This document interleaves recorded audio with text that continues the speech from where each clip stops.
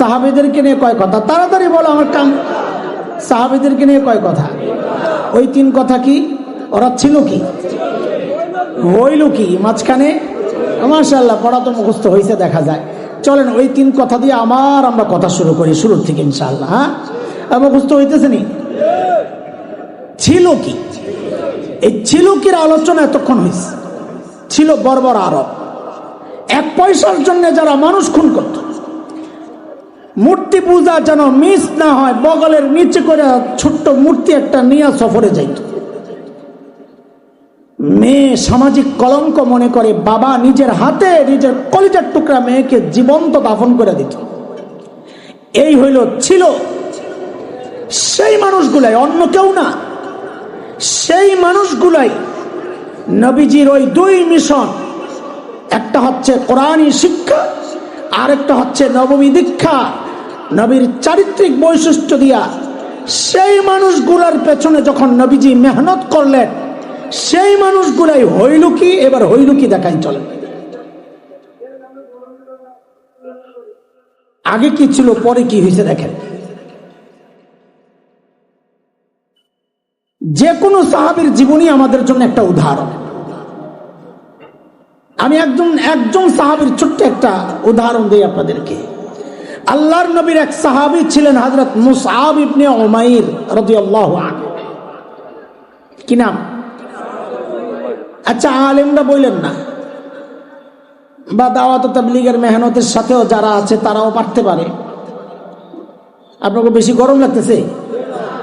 তোরে তো শরীর অসুস্থ, গরমের মধ্যে গরম লাগে না কেন? এটা কেমন কথা? আবহাওয়া ঠান্ডা না তো? আলহামদুলিল্লাহ বলেন। হ্যাঁ, আজ এটা কথা কই নাই আপনাদের একটা মোহের মধ্যে ফালাইয়া আগের কথা ভুলাইছি। এখন একটা প্রশ্ন করি, একটু আগে একজন সাহাবীর নাম বলছিলাম, ওই সাহাবীর নামটা কি? হুজুররা কথা কইেন না।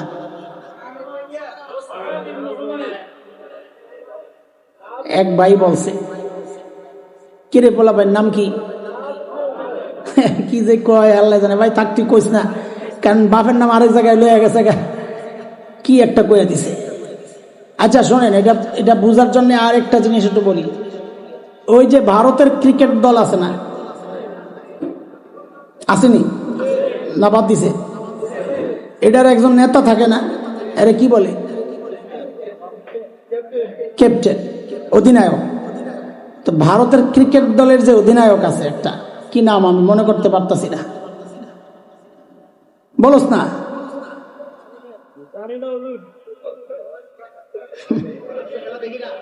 খেলা দেখো না? হ্যাঁ, কি নাম বললো? না, ধোনি না, আরেকটা নাম। আরে না, এটা তো এই জমানার, আরো আগের। না, আরো আগের। থুরা, আমরা যখন পোলাবেন আসছিলাম তখনকার, এখন তো এগুলো তো এই জমানার। হ্যাঁ, সচিন টেন্ডুলকার না, আর আর নাই। না, থুরা, মওয়াজের মাঝখানে কি একটা লাগাই দিয়েছেন বেজাল। ও মুরব্বীরা শুনছেননি? ভারত দলের বর্তমান অধিনায়ক কে? আগের অধিনায়ক কে? তার আগের অধিনায়ক কে? তার আগের অধিনায়ক কে? লাইন ধরে নাম সবটি কিন্তু কয়েলাইস। এদের যদি জিজ্ঞেস করেন এই সবগুলা খেলোয়াড়ের সাথে কার কার প্রীত আছিল, পোলাপান ওইটাও করতে পারবে, কার সাথে ব্রেক হয়েছে ওইটাও করতে পারবে। কিন্তু পোড়া কপাল, যেই সাহাবীদের মাধ্যমে দিন পাইছে ওই সাহাবীর নাম উচ্চারণ করতে পারে না। কথাটা বুঝছেন? আপনারা মনে করছেন আমার রাজের কাম নাই, বয়া বয়া ভারতীয় খেলোয়াড়কে নাম শিখাইতেছি আমি। এটা আমি অনুভূতিটা জাগানোর জন্য এই বিষয়টা আনছি, যে এই দেশের মানুষ পোড়া কপাল না, এরা আমাদের বন্ধু না, বন্ধু রাষ্ট্র না, ধর্মীয় দিক থেকে আমাদের আপনজন। এরা হচ্ছে ইসরায়েলের ইহুদিরা যেমন আমাদের জন্য সবচাইতে ভয়ঙ্কর শত্রু, এই হিন্দুরা, এই সমস্ত মুশরিকরা, এরা আমাদের জন্য ওই ইহুদির চেয়ে কোনো অংশে কম না, এরা আমাদের জন্য আরো ভয়ঙ্কর শত্রু। অথচ তাদের নাম জানি, সাহাবীর নাম জানি না। আমার জন্য এর চেয়ে দুর্ভাগ্য আর কি হইতে পারে বলেন আপনারা? এইবার বলেন তো, সাহাবীর নাম কি বলছিলাম? মুসআব ইবনে উমাইর। মাশাআল্লাহ। ও যুবকরা, তোরা একটু খেয়াল কর, বাপ খেয়াল কর। হযরত মুসআব ইবনে উমাইর ইসলাম কবুলের আগে ছিলেন কি এটা শোনাইতেছি, ইসলাম কবুলের পর হইলেন কি, পরিবর্তনটা দেখেন। ছিলেন কি? বলা হতো তাকে ফাতা মক্কা, হিরো অফ মক্কা, মক্কার সবচাইতে সুন্দর, মক্কার মডেল পুরুষ, সবচাইতে স্মার্ট পুরুষ। চেহারায় ছিল গড়নে এত সুন্দর, কত সুন্দর বুঝার জন্য ছোট্ট একটা কথাই শোনেন। 12 জন আরবের চেহারা নবীজির চেহারার সাথে মিলত, ওই 12 জনের মধ্যে একজন ছিলেন হযরত মুসআব ইবনে উমাইর। হযরত মুসআব কতটা সুন্দর ছিলেন বুঝার জন্য এটাই যথেষ্ট যে তার চেহারা আমার নবীর চেহারার সাথে মিলত, আর বলার দরকার কি, এত সুন্দর। আতিয়াবুল আরব, সবচাইতে চমৎকার গ্রান, সুগ্রান ব্যবহার করতেন। সারা মক্কার মানুষ তার জন্য অস্থির, পাগল। তার কি সুন্দর চুলের স্টাইল, তার কি সুন্দর পোশাকের স্টাইল, দেখতেও সুন্দর। আরে ভাই, রুচিও আছে, পয়সাও আছে, চেহারাও ভালো, তিনটা একসাথে হয়ে গেছে। এত সুন্দর মুসআব। এই মুসআব যখন ইসলাম কবুল করলেন, এখন মুসআবের আর এগুলার প্রতি কোনো লক্ষ্য নাই, কারণ তিনি জেনেছেন, নবীজি বলেছেন, ইন্নাল্লাহা লা ইয়ানজুরু ইলা সুওয়ারিকুম, আল্লাহ তোমার বাহ্যিক সৌন্দর্য দেখবেন না, রূপ যৌবন দেখবেন না, আল্লাহ দেখবেন তোমার ভেতরের অবস্থা কি। হযরত মুসআব যখন জেনে গেছেন, তখন ওই সুন্দর পোশাক ফালাইয়া দিছে, ওই সুগন্ধি ফালাইয়া দিছে। কঠিন এক জীবন শুরু হয়ে গেছে হযরত মুসআবের। লম্বা গল্প, আমি ওই গল্প যাব না, আমার পরের অনেক কথা ছুটে যাবে। হযরত মুসআব নবীজির আগে মদিনায় চলে গেছেন হিজরত করে, নবীজির আগে গেছেন। শিক্ষক হিসাবে নবীজি 2 জন সাহাবীকে পাঠাইছিলেন, একজন আব্দুল্লাহ ইবনে উম্মে মাকতুম, আরেকজন হযরত মুসআবকে আগেই পাঠাইয়া দিয়েছেন 13 হিজরির শুরুর দিকে। উহুদের যুদ্ধ 3 হিজরির কথা। মুসলমানদের ঝান্ডা হযরত মুসআব ইবনে উমাইরের হাতে। কেন? কারণ মুসআবের অনেক কোরবানি আছে। কুরাইশ মক্কা থেকে যারা আসছেন মুহাজির, তাদের কাছেও মুসআবের একটা মর্যাদা আছে, আবার আনসার মদিনাওয়ালাদের কাছেও মুসআবের একটা মর্যাদা আছে, কারণ তিনি তো তাদের শিক্ষক। তো ঝান্ডা হযরত মুসআব ইবনে উমাইরের হাতে। আপনারা জানেন উহুদের ঘটনা, আমি ওই ঘটনায় যাব না, আমার ওই সময় নাই। হযরত মুসআব শহীদ হয়েছেন। বুখারীতে আসছে রিওয়ায়াত, 4045 নম্বর রিওয়ায়াত। হযরত আব্দুর রহমান ইবনে আউফ রাদিয়াল্লাহু আনহু বর্ণনাকারী। ও যুবক, সমকাল করে মোশন করো তো, শোনো। হযরত আব্দুর রহমান ইবনে আউফ বলেন, মুসআবের লাশ যখন দাফন করতে গেছি, শহীদের লাশ দাফন করার কিছু ব্যতিক্রম সিস্টেম আছে, জানেননি আপনারা? কি সিস্টেম দিয়ে একটা বলেন তো? বিনা গোসল। মাশাআল্লাহ, বিনা গোসলে শহীদের দাফন দেয়। আরেকটা নিয়ম হচ্ছে, যেই কাপড়ে শহীদ হয় ওই কাপড় দিয়েই তাকে দাফন দেয়। ঠিক আছে? সেই হিসাবে হযরত মুসআবকে তো দাফন দিবে তার শরীরের কাপড় দিয়া। হযরত আব্দুর রহমান ইবনে আউফ বলেন, আরে মুসআবকে যে তার শরীরের কাপড় দিয়া দাফন দিব, সেই মুসআবের গায়ে তো পর্যাপ্ত কাপড় নাই। বলে আছে কি? বলে একটা চাদরের টুকরা, এটা দিয়া সতর ঢাকছে। হযরত আব্দুর রহমান ইবনে আউফের শব্দ, আমি যে কথাগুলো এখন বলবো, হযরত আব্দুর রহমান ইবনে আউফ বলেন যে মুসআবকে যখন তার শরীরের কাপড় দিয়া কাফন দিতে গেছি, ঢাকতে গেছি, পরিস্থিতি কি হয়েছে? বলে ইন গুত্তিয়া বিহা রাসু বাদাত রিজলা ওয়া ইন গুত্তিয়া বিহা রিজলা বাদা রাসু। কাহেরে ওই কাপড় দিয়া মুসআবের মাথা ঢাকতে গেলে পাও খালি হয়ে যায়, পাও ঢাকতে গেলে মাথা খালি হয়ে যায়। ছিল কি? সবচাইতে ফ্যাশনেবল পোশাক পরতো যে, সবচাইতে স্টাইলিশ পোশাক পরতো যে, সেই মুসআবের পরিবর্তিত জীবনটা দেখেন। কাফন দিবে সেই পর্যাপ্ত একটু কাপড় নাই। কি মেহনত হয়েছে! নবীজির ওই দুই মিশনে কি প্রভাব সৃষ্টি করছে বর্বর আরবের উপর। নবীজির কাছে খবর গেছে, ইয়া রাসূলুল্লাহ ইন গুত্তিয়া বিহা রাসু বাদাত রিজলা ওয়া ইন গুত্তিয়া বিহা রিজলা বাদা রাসু। ইয়া রাসূলুল্লাহ, মুসআবের তো এই অবস্থা, মাথা ঢাকতে গেলে পা খালি হয়ে যায়, পা ঢাকতে গেলে মাথা খালি হয়ে যায়, এখন আমরা কি করব? কেমনে দাফন দিব? নবীজি জানায়া দিলেন, আমার মুসআবের মাথাটাই ঢেকে দাও। এক রকমের ঘাস পাওয়া যায় আরবে, ইসখির বলে, বলে ওই ঘাস দিয়া পাওগুলা ঢেকে দাও। যুবক, হায়, কাদের কথা শোনাচ্ছি? বর্বর আরবদের কথা শোনাচ্ছি। ছিল কি, হইল কি? এখন শুধু ছোট্ট করে আমাকে বলেন, এই যে পরিবর্তনটা কিসের ছোঁয়ায়? জোরে বলেন, জোরে বলেন। কোরআনী শিক্ষা, নববী দীক্ষা, দুইটাই বলবেন, মানে কোরআন সুন্নাহ একসাথে বলেন। বলেন কয় জিনিস? এই পরিবর্তনটা করছে কয় জিনিসের মাধ্যমে? সমস্যা কয়টা? সমাধান? সারা দুনিয়ার সমস্ত সমস্যার পেছনের মৌলিক কারণ কয়টা? এটাও মনে রাখেন, সারা দুনিয়ার সমস্ত সমস্যার সমাধানের রাস্তাও ওই দুইটাই, কোরআন আর সুন্নাহ। নবীজিতেই দুই সমাধান দিয়া বর্বর আরবকে সাহাবী বানাইছেন, আল্লাহর কাছে সবচেয়ে প্রিয় বানাইছেন। কিয়ামত পর্যন্ত অন্য কোন তন্ত্র মন্ত্র আর ইজমে কাজ হবে না, দুর্নীতি দূর হবে না, চুরি ডাকাতি বন্ধ হবে না, ধর্ষণ বন্ধ হবে না, ছিনতাই বন্ধ হবে না। যদি বন্ধ করতে হয়, জমিন যার, শাসনও চলবে তার। আল্লাহর জমিনে আল্লাহর বিধান ছাড়া, কোরআনী শাসন ছাড়া শান্তি আসতে পারে না, পারে না, পারে না, পারে না। কথা বলেন, সমাধান কয়টা? আমাকে আবার বলেন, সমস্যা কয়টা? সমাধান? আল্লাহ সাহাবীদের কয় কথা? তাড়াতাড়ি আমাদের মূল পয়েন্টে যাইতে হবে। কয় কথা বলেন তো? ছিল কি? কি ছিল বলেন? বর্বর আরব, এক পয়সার জন্য মানুষ খুন করত, বর্বরতা। সেই মানুষগুলাই হইল কি?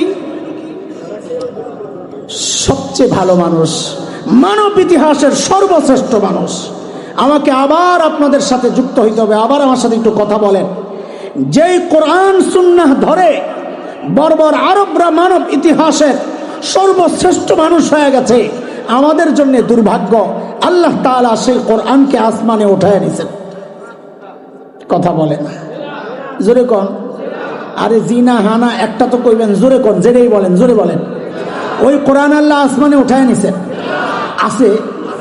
দুনিয়া কোরআন আছে? ও পুরান হয়ে গেছে, আগের মতোই পাওয়ার কমে গেছে, আগের মতোই সত্য। যদি তাই হয়, আমি আপনাদেরকে দুইটা প্রশ্ন করব। তালে তালে তালে তালে জবাব দিয়েন না, হুজুগে জবাব দিয়েন না, আমাদেরকে খুশি করার জন্য জবাব দিয়েন না।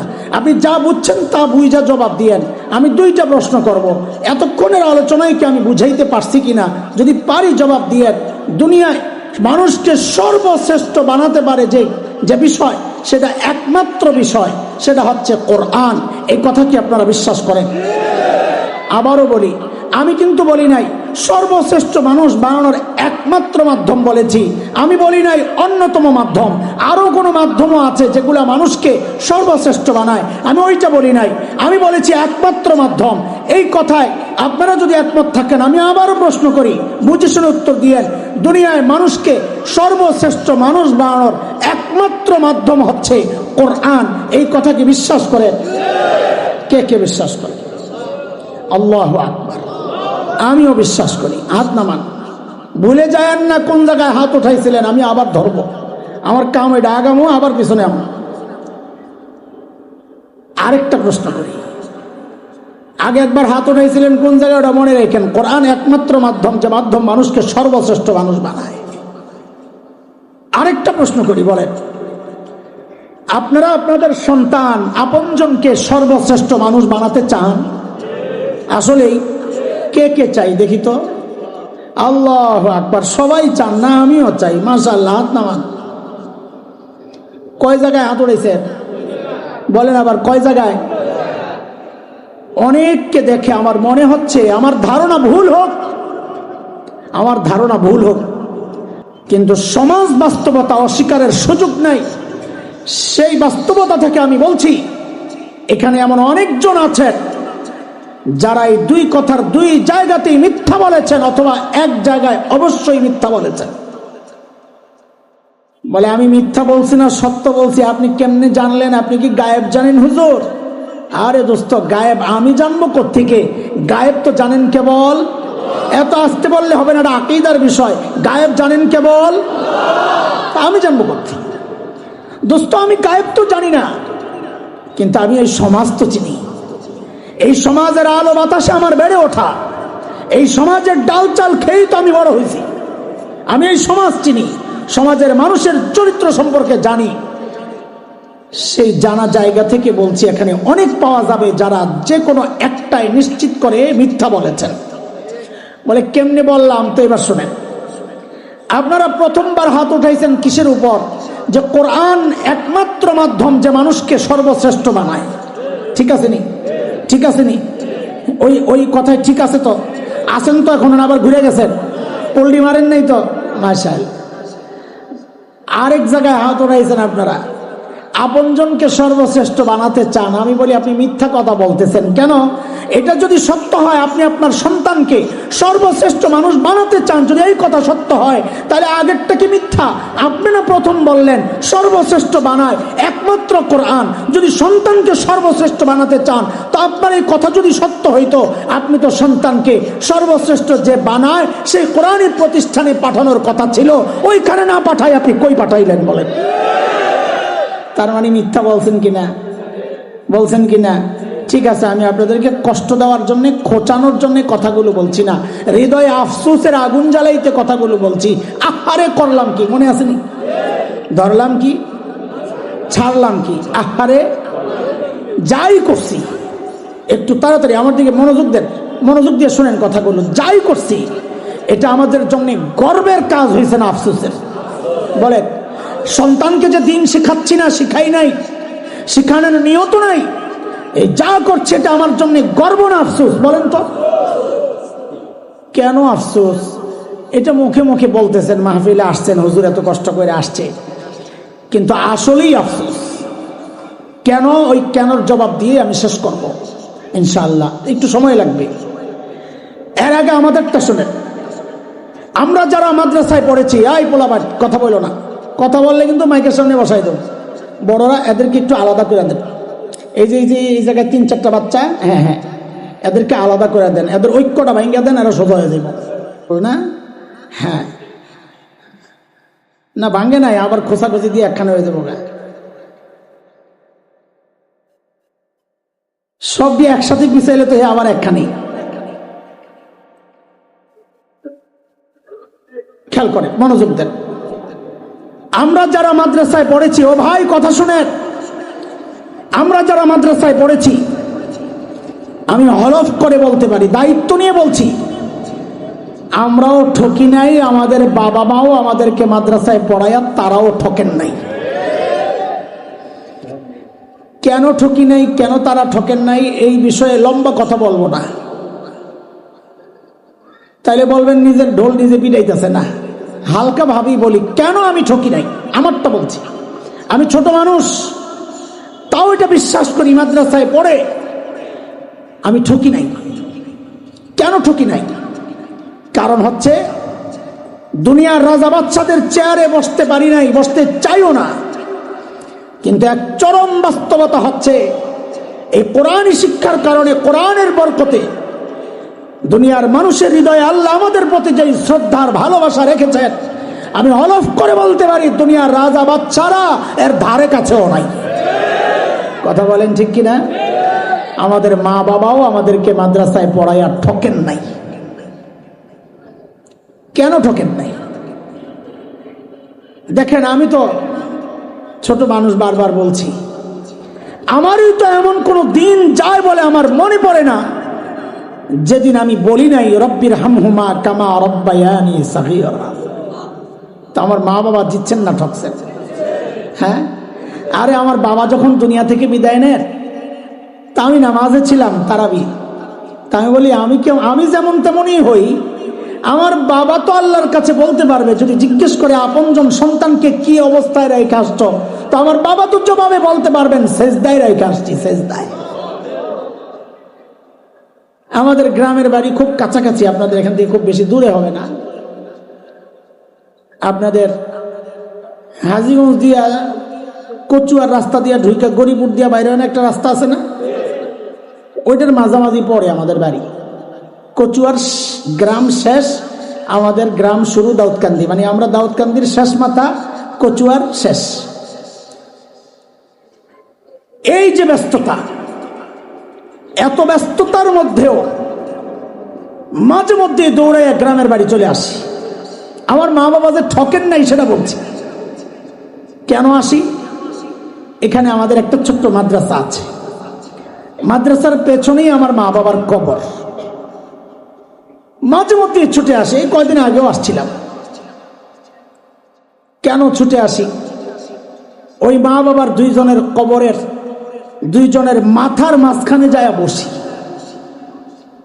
মনে মনে চিন্তা করি, হারি এখন তো চাইলেই মায়ের মাথায় একটু তেল লাগাইয়া দিতে পারবো না, এখন তো চাইলেই বাবার পাটা একটু টিপে দিতে পারবো না। তো কি করি? বসে বসে কিছুক্ষণ কোরআন আল কারীমের তিলাওয়াত করি। ওঠার সময় শুধু বলি, ও আল্লাহ, দুনিয়া থেকে যাওয়ার সময় যারা আমাকে তোমার সাথে জুড়ে দিয়ে গেছেন, আল্লাহ কবরে আজকে তারা যেন তোমার রহমত থেকে বিচ্ছিন্ন না হয়ে যায়। রব্বির হামহুমা কামা রব্বায়ানি সগীরা। বলেন, আমার মা বাবা জিতছেন না ঠকছেন? কথা বলেন। আপনারা যারা সন্তানকে দিন শেখাচ্ছেন না, আমি দায়িত্ব নিয়ে বলছি, আপনিও ঠকেছেন, সন্তানকেও ঠকাচ্ছেন। সন্তানকে কেন ঠকাচ্ছেন এটা বলতে গেলে অনেক দেরি হয়ে যাবে, লম্বা হয়ে যাবে। আপনি কেন ঠকছেন আগে আপনারটা শোনেন। আপনি কেন ঠকছেন? আমি মৌলবী দিন আর কোরআন থেকে কথা বললে তো এগুলো আপনাদের কাছে হালকা হালকা মনে হয়। আপনারা কোরআন হাদিস ছাড়া আর কি বুঝেন? হ্যাঁ, এটাই বুঝি, আলহামদুলিল্লাহ, আল্লাহ এই বুঝ দিছে, এতেই তো শুকরিয়া। আপনারা যা বুঝেন ওইটা দিয়ে বুঝাইতেছি, শোনেন। আজ থেকে 6-7 বছর আগে বাংলাদেশে একটা পত্রিকা আছে, দৈনিক মানব জমিন, ট্যাবলয়েড পত্রিকা, ছোট্ট পত্রিকা, দেখছেন নি? কি নাম? মানব জমিন। ওই পত্রিকার একটা রিপোর্টের হেডলাইন শোনায়, ওই হেডলাইন দিয়ে সার্চ দিলে ওই রিপোর্টও অনলাইনে পাওয়া যেতে পারে। রিপোর্ট কি আসছে? উচ্চ শিক্ষার হার যত বাড়ছে, এই উচ্চ শিক্ষা মানে মাদ্রাসা শিক্ষা বুঝেন আপনারা? না, ওই জেনারেল শিক্ষারই বুঝেন, তাই না? আসলে ওটা গলত। উচ্চ শিক্ষা তো মাদ্রাসা শিক্ষা। কেন? যেটা উপর থেকে আসছে ওইটা উচ্চ শিক্ষা না। আরে মাদ্রাসা শিক্ষা কোরআন আসছে কোত্থেকে? তো যেটা উপর থেকে আসছে ওইটা না উচ্চ শিক্ষা। যেটা জমিনে তৈরি হয়েছে ওইটা কেমনি উচ্চ শিক্ষা হয়? ধোকায় পড়ে রয়েছেন আর কি। যাক, তাও বলি, আপনারা যেটা বুঝেন ওইটাই শোনেন। মানব জমিন পত্রিকায় আসছে, উচ্চ শিক্ষার হার যত বাড়ছে, সন্তানের সাথে বাবা মায়ের দূরত্বটাও তত বাড়ছে। এই কথা কি মিথ্যা? বলেন বলেন, মিথ্যা? একটু ভালো লেখাপড়া করছে ঢাকা, আর একটু ভালো এখন ইউরোপ আমেরিকায় জায়গা, বাবা মা বাইচা আছে না মরে গেছে, কোনো খোঁজ খবর নাই। পাওয়া যায় কোথায়? দ্বিতীয় দলিল শুনেন, বৃদ্ধাশ্রমের কথা বলেছেন। কয়েক বছর আগে এক টেলিভিশন প্রোগ্রাম করছে বৃদ্ধাশ্রমের, যেখানে বুড়া বুড়ির, আমি বলি বুড়া বুড়ির এতিমখানা আর কি। টেলিভিশনওয়ালারা গেছে, রিপোর্ট করবে সাংবাদিক, যে বৃদ্ধাশ্রমের বুড়া বুড়ির ঈদ কিভাবে কাটে। আহা আহা, সাংবাদিক মাইক নিয়ে যায়, মাইক্রোফোন, লজ্জায় কেউ কেউ মুখ ফিরায় নেয়, মুখ দেখাইতে চায় না, লজ্জা। কারো চোখ থেকে গড়গড় করে পানি পড়ছে। আজকের এই ঈদের দিন এই দাদা, এই নানা, এই দাদি, নানিদের কত কোলাহলের মধ্যে থাকার কথা, নাতি নাতনির আশেপাশে দুষ্টুমি করার কথা, বকশিস নেওয়া, দাদার নানার সাথে মজাক করা, ঘুরতে যাওয়া, কত আনন্দের মধ্যে থাকার কথা। আজকে বৃদ্ধাশ্রমে বৈশা বৈশা বৃদ্ধাশ্রম থেকে দেওয়া অল্প সেমাই বরাদ্দ হয়েছে, ওগুলারে নাড়ে চারে আর চোখ দিয়ে ঝরঝর করে পানি পড়তেছে। কারা এরা? আপনারা মনে করেছেন তাদের খাওয়া দাওয়ার ব্যবস্থা ছিল না, ওই জন্য বৃদ্ধাশ্রমে গেছে? আপনারা মনে করেছেন সমাজের নিচু শ্রেণী তারা? না, অধিকাংশই এই সমাজের এলিট শ্রেণী, হাই সোসাইটি, হাই পরিবারের বুড়া বুড়ি বৃদ্ধাশ্রমে। সাংবাদিক যায় পরিচয় জানতে চাচ্ছে, আমি নিজে দেখেছি, যেহেতু ইউটিউব আছে, সার্চ দিলে ঈদের দিন বৃদ্ধাশ্রম এটা সার্চ দিলে বাইরে দেব। সাংবাদিক পরিচয় জানতে চাচ্ছে, আরে ভাই হৃদয়ের দরজা খোলার জন্য একটু নক করতেছি, একটু মনোযোগ দিয়ে কথাগুলো শুনেন, বোঝার চেষ্টা করেন। সাংবাদিক যায় পরিচয় জানতে চাচ্ছে, হাই মুখ ফিরিয়ে নিচ্ছে, কেউ কেউ পরিচয় দিচ্ছে না, কেউ কেউ পরিচয় দিচ্ছে। ওদের চোখের পানি দেখে আমি তো মানুষ, আমারও চোখ দিয়ে গড় গড় করে পানি পড়ছে, কিন্তু একটা বিষয় চিন্তা করে গর্বে আমার বুকটা ফুলে গেছে। সেটা কি জানেন? এতজন বুড়া বুড়ি যে নিজেদের পরিচয় দিল, খোদার কসম খায়া বলি, একজন বুড়িও তার পরিচয় দেওয়ার সময় বলেন নাই আমি হাফেজের মা। একজন বুড়াও তার পরিচয় দেওয়ার সময় বলেন নাই আমি আলেমের বাবা, বরং বলেছেন আমি ডাক্তারের বাবা, আমি ইঞ্জিনিয়ারের বাবা। ছেলে মেয়ে ইউরোপ আমেরিকায় থাকে, কানাডা থাকে, অস্ট্রেলিয়ায় থাকে, এই কথা বলছে আর কান্না করছে, বাচ্চাদের মতো হাউমাউ করে কান্না শুরু করছে। তারপরেও মনে মনে ভাবেন আপনারাই দিচ্ছেন, আমরা মৌলবীরাই ঠকে গেছি, ভাবতে থাকেন, গর্ব করেন, তাই না? ছেলে ডাক্তার, এটা আপনার গর্ব, ছেলে ইঞ্জিনিয়ার, এটা আপনার গর্ব। তো গর্বের ছোট্ট একটা গল্প শোনেন, আমার জীবনের গল্প। আমি যেই মসজিদে জুমার নামাজ পড়াই, অনেকে জানেন হয়তো, science laboratory, Dhanmondi new market মাঝখানে, এটা আমাদের ঐতিহ্যের মসজিদ। আমার বাবা ছিলেন এই মসজিদেই এক নাগারে প্রায় 44 বছরের খতিব, 4-4-44, আমারও প্রায় 26 বছর হয়ে গেছে। বাপ বেটা মিল্লা একই মসজিদের জুমা পড়াইতেছি প্রায় 70 বছর চলছে। মানুষও ছাড়ে না, আমরাও যাই না, চলছে গাড়ি যাত্রা বাড়ি।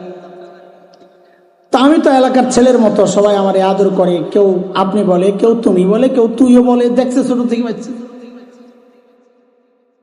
এখন গুলশান, বনানী, বাড়িধারা কিছু হাই সোসাইটির আলাদা হয়েছে। এক সময় সব বড়রা ধানমন্ডিতে থাকতো, ধানমন্ডি ছিল ঢাকার সবচেয়ে এলিট শ্রেণীর থাকার জায়গা। ওই সময়ের একজন বড় মানুষ দুনিয়া থেকে বিদায় নিছেন, যার ছেলে পিএইচডি করা এক ডক্টর, আমেরিকার এক ইউনিভার্সিটিতে প্রফেসর, মারা গেছেন বুড়া। এলাকার মুরব্বীরা আমাকে বললেন, বাবা এই ভদ্রলোকের সাথে তোমার বাবার খুব সম্পর্ক ছিল, জানাজা তুমি পড়াইলে পারিবারিকভাবে তারা একটু তৃপ্তি পাবে। ঠিক আছে, আমি তো খালি জুমা পড়াই আর যাওয়া হয় না, ঠিক আছে পড়াবো। লাশ আনা হয় নাই, হসপিটালে রেখে দিছে, ছেলে আমেরিকা থেকে আসবে, ভালো ছেলে, নাইলে আসতো না, নাইলে বলতো মাটি দিয়া দেন, টাকা পয়সা যা লাগে বাড়াই দেবো। ছেলে আসছে আমেরিকা থেকে, হসপিটালের আনুষ্ঠানিকতা সেরে লাশ যখন আসছে জানাজার জন্য আমাদের মসজিদে, আমি জানাজায় দাঁড়াবো, পাশে ওই ভদ্রলোক। জানাজার ঠিক আগ মুহূর্তে দেখি ভদ্রলোক বাচ্চাদের মতো হাউমাউ করে কান্না শুরু করছে। আমি তো অবাক হইয়া তাকায় আছি। কেন অবাক হইলাম? বাবা মারা গেছে, সন্তান কান্না করবে, অবাক হওয়ার কি আছে? আমি অবাক হয়েছি এই জন্যে, এই টাইপের মানুষকে খুব একটা কান্না করতে দেখি না। সেই জন্যে যারা বিদেশ ঘুরছে, অনেক লেখাপড়া করছে, মাথার মধ্যে স্টেডিয়াম হয়ে গেছে, চুল পড়তে পড়তে কান্না কমে যায়।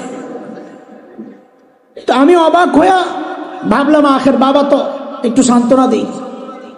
তো কাছে টেনে বললাম, ভাই বাবা মারা গেছে, খারাপ লাগতেছে।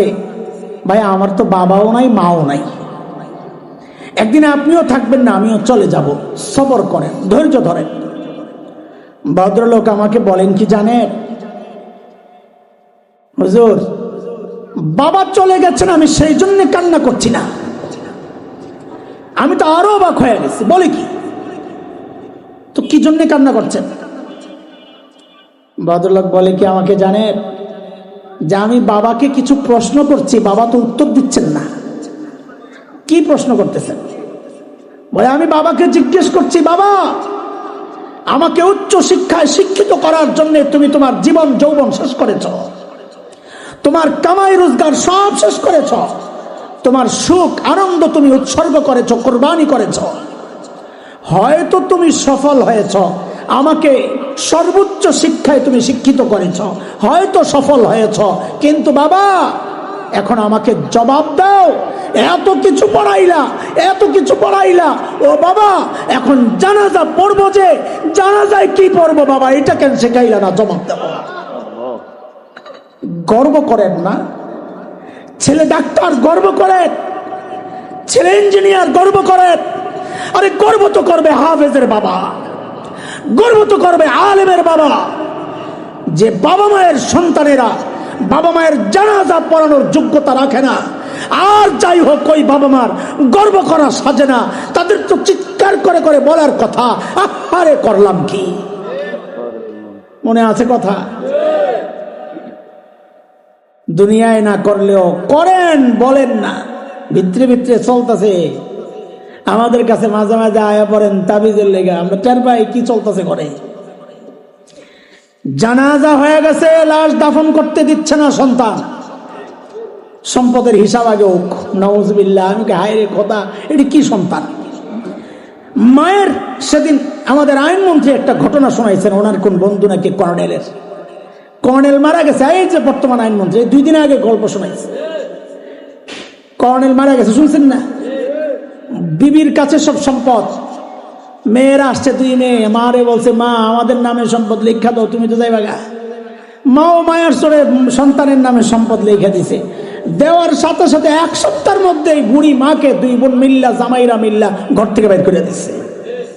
কি লেখাপড়া করাইছেন, আবার গর্ব করে আফসোস করার কথা, আহারে করলাম কি।